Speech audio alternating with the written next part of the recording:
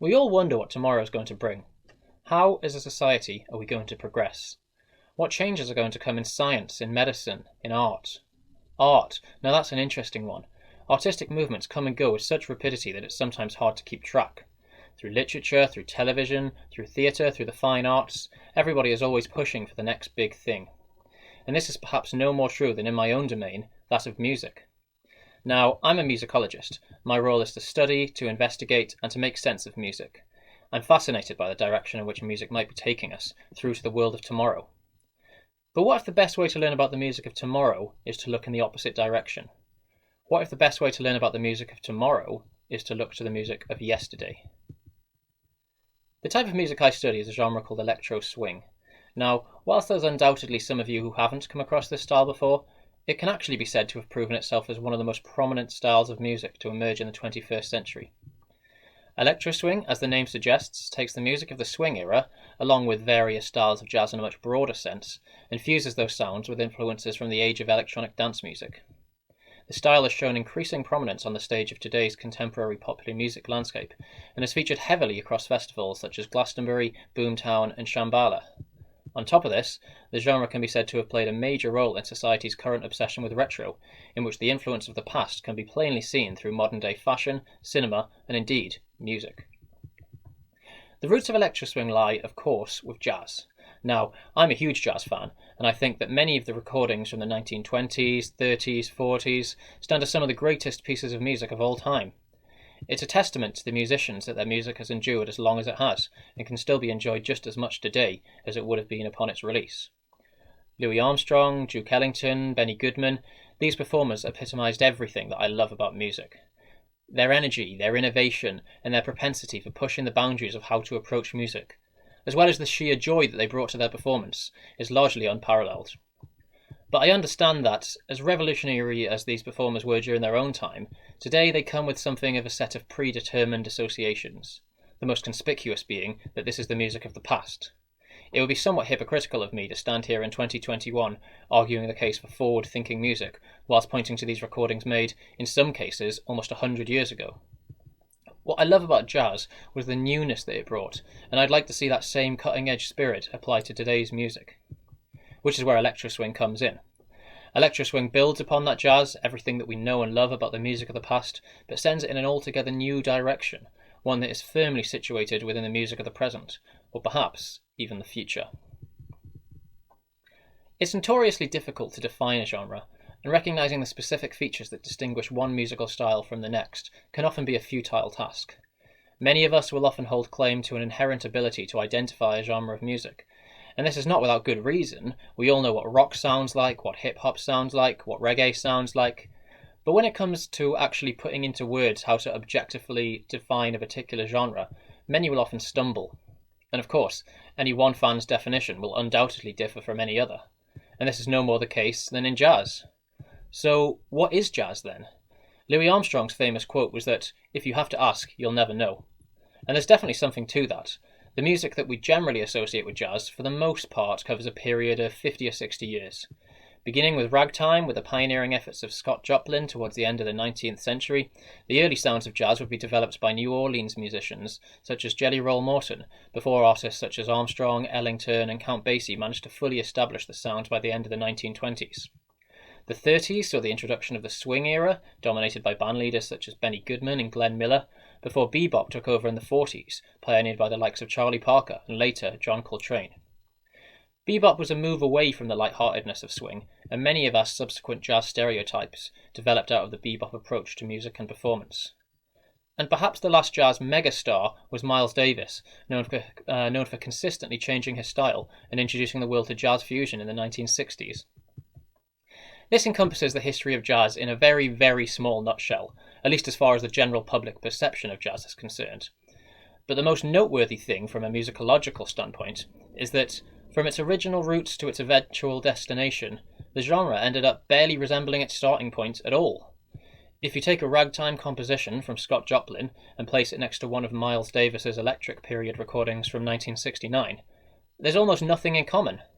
Indeed, many will point to some supposed shared characteristics, such as the use of a swung rhythm, or the practice of improvisation, which can be found across many different variants of jazz.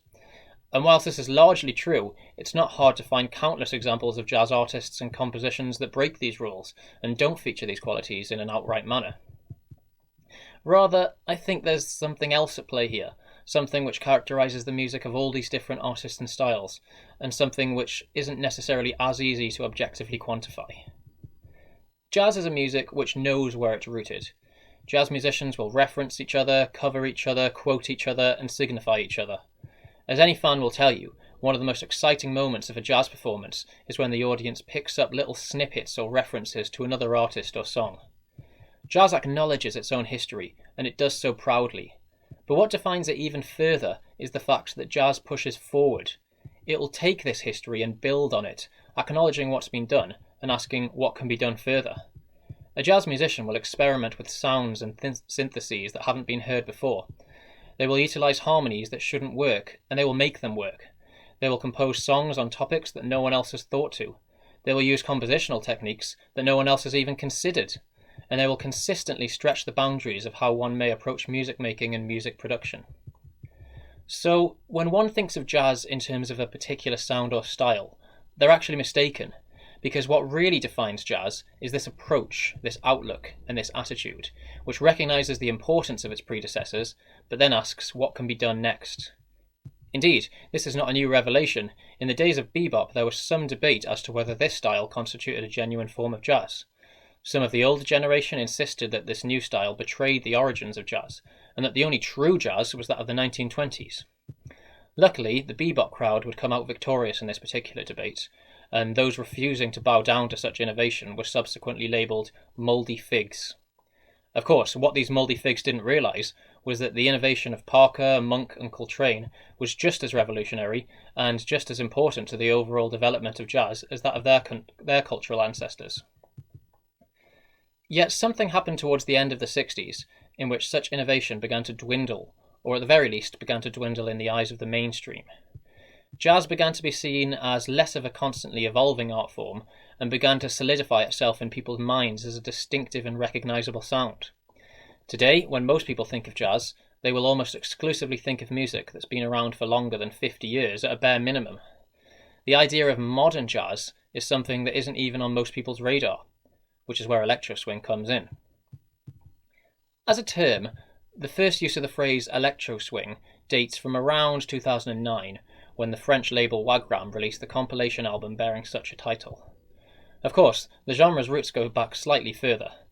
Pioneering Austrian DJ Paradoxically first began releasing albums in 2004, and several earlier examples date as far back as the early 90s. But this particular compilation signalled a specific moment in time when audiences first began to take real note. Several more distinctive compilation albums would follow, including White Mink Black Cotton by the Brighton-based label Freshly Squeezed, and Electro-Swing Revolution from the German label Lola's World. The bulk of the genre's development would occur across Europe, primarily in countries such as France, Austria and the UK, and some of the more notable stars to emerge included the aforementioned Paradoxically, as well as Caravan Palace, C2C, Singer Cara Emerald, and the duo Goldfish.